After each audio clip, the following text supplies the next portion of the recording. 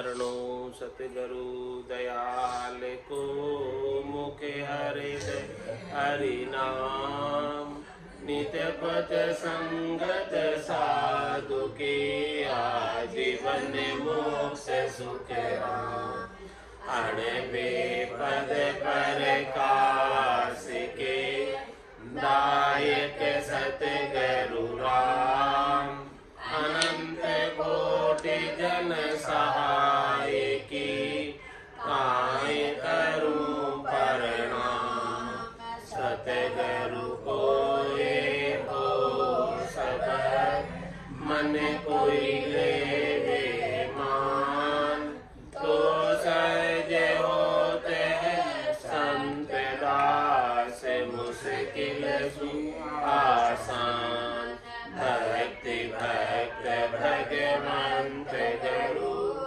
चतुर नाम बपुए जिनके पद रज पर सता नासत विघ्न अनेक सब धरती कागद करऊं सब वन कलम कटाई सात समुद्र शाही करऊं सतगुरु गुण लिख्यान गाय राम राम राम राम राम राम राम।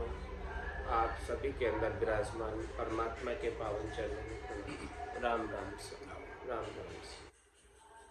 अनंत श्री सदगुरु सुखराम जी महाराज की हृदय समाधि ग्रंथ चल रहा है। महाराज फरमा रहे हैं समाधि ग्रंथ के माध्यम से भंवर गुफा को छांड के उड़े हंस तीन बार तीन लोक सुखी राम कहे खाली भया विचार निरहंस को निज हंस है फिर जीने सो ही जीण बाजा सुन सुखी राम कहे था कि अनद बीन पवन थो तो बहत है हंसे का स्तूल जागी बिन सुखी राम कहे गोरस घर घर मूल दही बिलोयर काडियो न्यारो कियो हलाय पवन सो सुखी राम कहे यूं हंस बिछड़िया माय पिछम दिशा को पलटिया तब माखन जो होय क्यों ही गोरस को भेड़ है लेवा लहे नहीं कोई यूं भंवर गुफा लग हंस के माया पवन को मेल सुखिया छाड़े त्रिकुटी ता दिन रति न भेड़। महाराज हमारे की जब पश्चिम दिशा में पलट जाते हैं तब वो दही में से सांस और उस सांस में खूब घुमड़ के लगाकर मक्खन अलग हो जाता है और फिर पश्चिम दिशा के अंदर पलटता है ता तपाकर ताव पड़ता है पश्चिम दिशा में बहुत तो उस ताव में तप जाता है वो मक्खन तप कर उसमें से माया का अंश बाहर होने लगता है और जो मजबूत होता है ब्रह्म शुद्ध घी आगे आगे निकलता जाता है इसमें से। इस प्रकार से महाराज हमारे भंवर गुफा लग हंस के माया पवन को मेड़ जब तक भंवर गुफा पार नहीं करे तब तक माया का भेड़ रहता है। सुखिया छाड़े त्रिकुटी ता दिन रति नहीं जिस दिन त्रिकुटी छोड़ देगा भंवर गुफा को लांग जाएगा बारी लांग जाएगा उस दिन महाराज फरमाने उसके रत्ती भर भी माया का भेड़ नहीं रहे। माया के भेड़ की क्या पहचान शरीर से संसार से इंद्रियों से वस्तुओं से सुख प्राप्ति की इच्छा सब समाप्त हो जाए रत्ती भर भी नहीं रही चाहना रत्ती भर भी नहीं रहेगी सारी चाहना मिट जाएगी। गीजू ताय निरताय जब मान्या साराम सुखिया गोरस फूल जू सब ही रयायन धाम। क्या फरमा रहे गीजू ताई निरताय घी को क्या करते हैं मक्खन को जब मक्खन में से घी निकालते हैं कैसे निकालते हैं मक्खन को गरम करते हैं लूनिया को गरम करते हैं खूब तपाते हैं उसको और फिर तपा के उसको निरताते, और तब महाराज हमारे वो शुद्ध हो जाता, तब मान्या सा राम, तब महाराज हमारे वो राम रूप होता है। उसमें अब राम जी में कोई अंतर नहीं है, शुद्ध हो गया। पहले उसमें माया का बेड़ था, माया का बेड़ सारा अलग कर दिया, छांट दिया उसमें से तपाकर भजन की अग्नि में। तो सुखिया गोरस फूल जो सभी रया इंधा, गोरस किसे कहते हैं? छाछ। और वो छाछ के फूल भी रह जाते हैं घी में, थोड़े से ऊपर ऊपर आ जाते हैं वो छाछ के फूल। छाछ तो नीचे नीचे रह जाती है, और छाछ के फूल जो होते हैं तपाने पर ऊपर आ जाते हैं। तो महाराज फरमा रहे हैं सुखिया गोरस फूल, जो गोरस यानी छाछ तो नीचे रह गई और फूल उसके ऊपर आ गए, अब उसको भी नितार लो, फूल को भी वहीं छोड़ दो और छाछ को भी वहीं छोड़ दो। अब उसमें रेवा नहीं है बिल्कुल भी, छाछ का, माया का, बिल्कुल शुद्ध हो गया घी। तो सुखिया गोरस फूल जो सभी रहा इंधाम, यानी भंवर गुफा के नीचे नीचे रह जाते हैं फूल भी और गोरस भी, सब नीचे नीचे रह जाते हैं, और आगे केवल शुद्ध निर्मल होकर जाता है, माया के भेड़ के बिना एकदम साफ सुथरा निर्मल हो ही निराट, एकदम निर्मल होकर आगे साफ सुथरा शुद्ध चेतन परमात्मा रूप ही होकर जाता है, राम रूप होकर ही आगे जाता है, जिसमें माया से सुख लेने की आसक्ति पूरी मिट जाती। अब वह हंसा कैसा हो गया? हंसो हुनी केवलो सब सुन्यारो जोय, आगे यूं सुख राम कहे कछुअन दर से मोय। अब वहां जाके हंसा बारी लांगने के बाद, भंवर गुफा लांगने के बाद, केवल्य की भक्ति करते करते निकेवल हो गए, केवल्य से भी आगे पहुंच गए। हंसो हुओ नी केवलो सब सुन्यारो जोय, सबसे अलग दिखता है, सबके तो माया का संग है, उन माया के सारे संग उसके छूट गए। अब वो न्यारा केवल राम रूप होकर बूंद है वो सागर में परमात्मा में मिल गई। आगे यूं सुख राम कहे कछुअन दर से मोह। इसके बाद महाराज हमें बूंद जब सागर में मिल जाती है, आत्मा जब परमात्मा में मिल जाती है, राम रूपी हो जाती है, फिर कुछ नहीं दरसता, फिर केवल राम जी राम जी, राम जी के सिवाय दूसरा और कुछ है ही नहीं।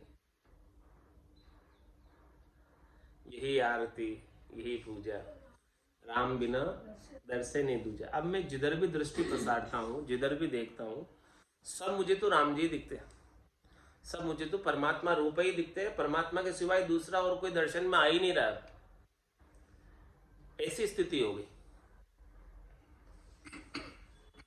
माया तो दिख ही नहीं रही है और शरीर तो दिख ही नहीं रहा है, सब जगह सब रूपों के अंदर अब केवल राम जी के सिवाय दूसरा और कोई दर्शन में ही नहीं आ रहा। जित देखो तू ही तू, तेरा ही तेरा दर्शन हो रहा है, राम जी का दर्शन हो रहा है, और आत्मा स्वयं भी राम रूप हो गई और सबके अंदर भी राम जी के दर्शन करने लगी।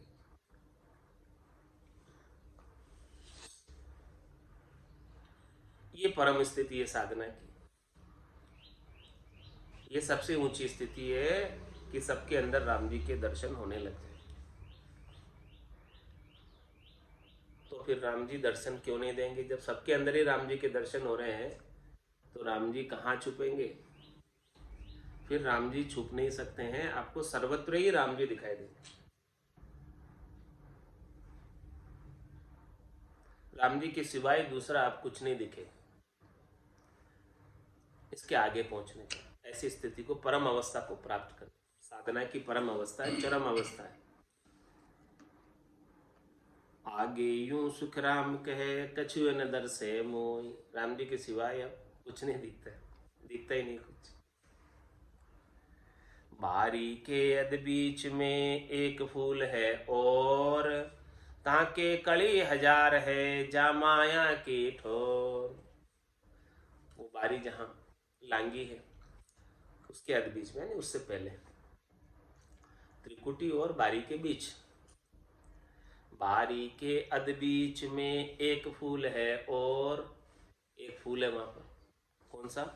ताके कड़ी हजार है जा माया की ठोर। वो 1000 पाक का कवड़ है त्रिकुटी में, सुखमणि का 1000 पाक का कवड़, जहां सहस्त्र धारा से अमृत झरता है।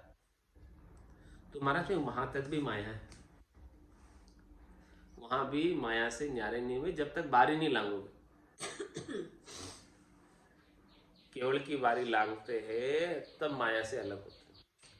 सुखमणा से सहस्त्र धारा की मीठे गुटके आ रहे हैं, तो महाराज में वहां तक भी माया का भेद है।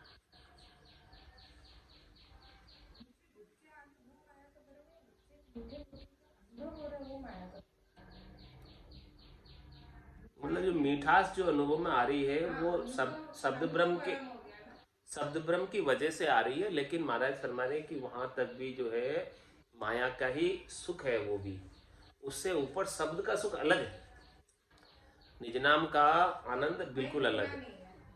वहां ही नहीं रुकना है कि मेरे को मिठास आ रही है मुंह में, बस मैं पूरा हो गया, ऐसा नहीं। वो शब्द ब्रह्म का आनंद तो बारी लागने के बाद अलग से आएगा। जब तक सब कुछ राम रूप नहीं दिखाई देने लगे तब तक महाराज फरमा रहे हैं कि माया का भेल है। जिस दिन सब राम रूप दिखाई देने लग जाएंगे उस दिन तो किसी से राग नहीं रहेगा, किसी से द्वेष नहीं रहेगा, किसी से कोई लड़ाई नहीं रहेगी, किसी से कोई झगड़ा नहीं रहेगा, कोई न मेरा है न तेरा है, सब मिट जाएगा।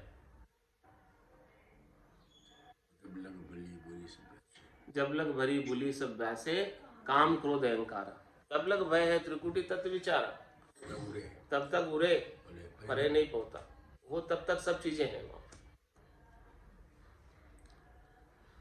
तो इमृत कुंडता में भरियो जहां लग हंसो जाए, सपने जो सुख राम कहे सुख दर से तामाए। और क्या बता रहे महाराज, जो 1000 पाक के कमल से इमृत जर रहा है और वो मिठास का मीठे गुटके का अनुभव करता है, तो इमृत कुंडता में भरियो जहां लग हंसो जाए। यदि वहां तक पहुंचकर कोई अपने आप को पूर्ण मान ले कि मेरी तो बहुत अच्छी स्थिति हो गई है, तो महाराज वहां का सुख कैसा है, सपने जू सुख राम के सुख दर से तामाए। वो तो सपने के समान सुख है, क्योंकि वहां माया का भेल है।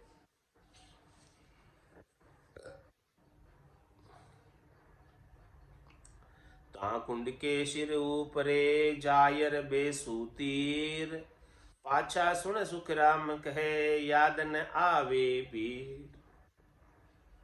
महाराज हमारे कि वो 1000 पाक का कमल से जहां अमृत जर रहा है और कुंड भर रहा है, तो कुंड के शिर ऊपरे, इसके भी ऊपर जाओ, आगे जाओ इससे भी, जायर बेसूतीर, वहां तीर पर जाकर बैठे। तीर किसे कहते हैं, किनारा। किसका किनारा, सुन सागर का। पाछा सुन सुख राम कहे याद न आवे वीर।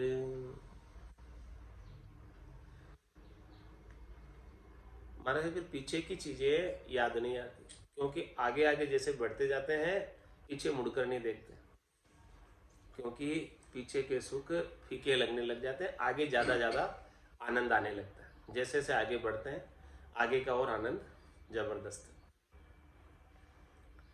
आगे क्या है महाराज, आगे बता रहे, आगे सुन सागर भरियो वार पार नहीं छे, वहां हंसो सुख राम कहे पटके सब तन दे।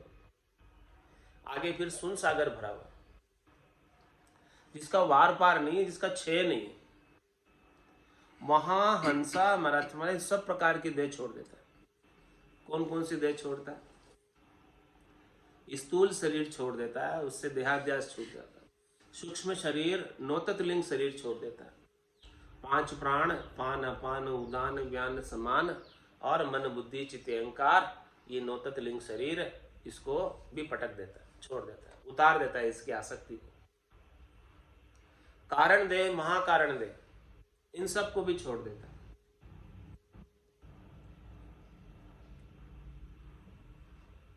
और फिर संत काया, सत काया, निज नाम की काया, सतनाम कुदरत कला की काया के साथ आत्मचेतन उस सुन सागर में प्रवेश करता है।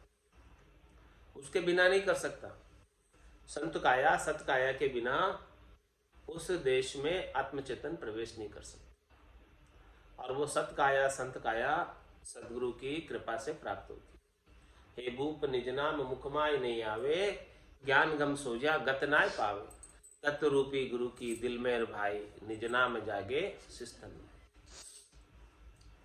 तो आगे सुन सागर भरियो, बार पार नहीं चहे।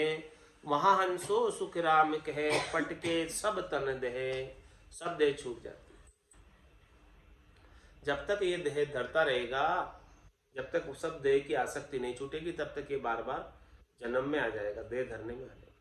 लेकिन यहाँ पहुंचने के बाद चारों देह छूट जाती है। फिर तो केवल पंचमी काया रहती है, संत काया सत काया रहती है, जिससे वो आनंद पद में प्रवेश पा लेता।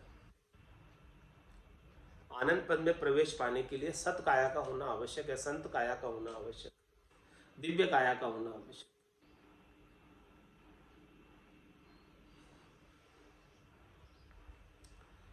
अब वहां क्या है सुन सागर में, वो भी महाराज वर्णन करके बता रहे। अनंत पाक को फूल है सुन सागर के माय, तागे सुख राम कहे कितावे कित जाय। ये फाइनल स्थिति सुन सागर की, सुन समाधि की फाइनल स्थिति है। क्या स्थिति है कि वहां अनंत पाक को फूल, 1000 पाक का फूल था, उसको छोड़ के आगे गए, सुन सागर के तीर पर गए, और सुन सागर की तीर पर जाकर देखा कि वहां तो अब अनंत पाक का फूल है, जिसका अंत ही नहीं, वार पार ही नहीं, क्षय ही नहीं। अनंत का मतलब क्या? जिसका अंत नहीं हो, क्षय ही नहीं हो, वार पार ही नहीं हो, और उसके पाखों की गणना भी नहीं कर सकते थे, गिनती नहीं कर सकते। अनंत तो वही है जिसकी गिनती नहीं हो, अपार है, वार पार नहीं, क्षय नहीं। शिव शंकादिक शेषलु रटत न पावे अंत, जिसका अंत नहीं पा सके, ऐसा अनंत पाक को फूल है सुन सागर के। कहाँ है? सुन सागर में। आगे सुख राम कहे कितावे कित जाए। वहां पहुंचने के बाद महाराज फरमाने कि कहाँ आवे कहाँ जावे, और क्यों आवे और क्यों जावे। कितावे कित जाए, कहीं जाने की फिर आवश्यकता ही नहीं रह गई। ऐसा सुन सागर का परम आनंद प्राप्त हो गया, ऐसा परम पद आनंद का पद प्राप्त हो गया, जिसे छोड़कर क्यों तो कोई आएगा, और क्यों कोई वहां से कहीं आगे जाने का भी कोई स्थान नहीं है, उसके आगे भी कोई स्थान नहीं है। वो सबसे टॉप स्थान है, श्रेष्ठ स्थान है, नीका स्थान है, बेस्ट स्थान है, उसके आगे कुछ है नहीं। ये अंतिम स्थिति है, परम स्थिति है, चरम स्थिति है, उत्तम स्थिति है, श्रेष्ठ स्थिति है। इसके बाद कुछ भी नहीं। इस स्थिति को जीते जी प्राप्त हो जाना एक बार, तो फिर बार बार नहीं आना पड़ेगा। एक बार कोई इस स्थिति को प्राप्त हो गया जीते जी, और इसी देह से कोई प्राप्त हो गया, तो फिर इस देह के बाद कोई अन्य देह धरेगा ही नहीं। यही देह अंतिम देह होगी, फाइनल देह होगी। आज तक तो अनंत जन्म धर दिए जिसकी गिनती नहीं, लेकिन अब यह देह इस स्थिति को प्राप्त करने के बाद कोई देह धरने की आवश्यकता नहीं है, क्योंकि अब उस स्थिति को प्राप्त करने के बाद क्यों तो कोई आएगा, क्यों कोई जाएगा ऐसे आनंद को छोड़कर। और वहां गया तो कैसे गया? वैभव नाम के गुण को पटक के गया, छोड़ के गया, उतार के गया। वासना को, आशा को, तृष्णा को, मनोरथ को, मनोकामना को, संकल्प को, विकल्प को, सबको उतार के गया। स्थूल काया को उतार के गया, आसक्ति को, सूक्ष्म काया की आसक्ति को उतार के गया, कारण काया की आसक्ति को उतार के गया, महाकारण काया की आसक्ति को उतार के गया। तो अब क्या बचा? अब तो शुद्ध चेतन रह गया, बस वासना से एकदम रहित हो गया। ये संसार में क्यों फिर रहा है? पांचों वास सदा उरिया के, यूं भवता जुग जावे। इस संसार में भवता फिरने के पीछे कारण एक ही है कि इसके एक एक वासना नहीं लग रही, 5 वासना लग रही। तो ये सारी वासनाएं, सारी इच्छाएं, आशाएं सब जब उतर जाए इस सत्शब्द के आनंद के कारण से, इसके जोर से, इसकी ताकत से, कह सुखराम शब्द की महिमा, कहता बणिए न काई, साधन ध्यान बिना सुन सिमरन लिया अमरगत का।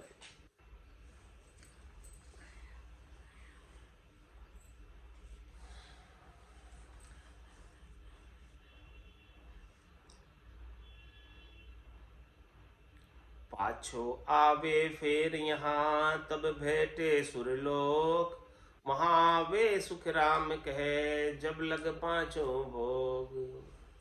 कोई महाराज फरमा रहे हैं कि वहां नहीं रहता आनंद पद में, वहीं से ही वापस वहां डुबकी लगाने के बजाय उसमें से वापस आ जाता तीर पर जाकर। तो क्या होता, पाछो आवे फिर यहाँ, यदि कोई आवे वापस, तब क्या हुए वापस यहाँ पे क्या है, तब भेटे सुरलोक, वापस यहाँ तो सारे सुरलोक है। वहां आवे सुखराम कहे, जब लग पांचों भोग। जब तक पांचों भोगों की कोई इच्छा रह गई है तब वापस सुरलोक में आ जाता है। थोड़ी सी भी रेवा रह जाता है, एक भी आसक्ति रह जाती है, एक भी चाहना रह जाती है, बिल्कुल तीन लोग सु भया उदासी, जय जन अमर लोग, वही कूद सकता है सुन सागर, बाकी तो कूदने की हिम्मत ही नहीं होती। थोड़ी सी भी चाहना रहेगी तो वापस आ जाएगा, सुरलोक में आ जाएगा वापस। और फिर वहां सुरलोक में भी पांचों ही भोग है, पांचों विषयों के भोग है।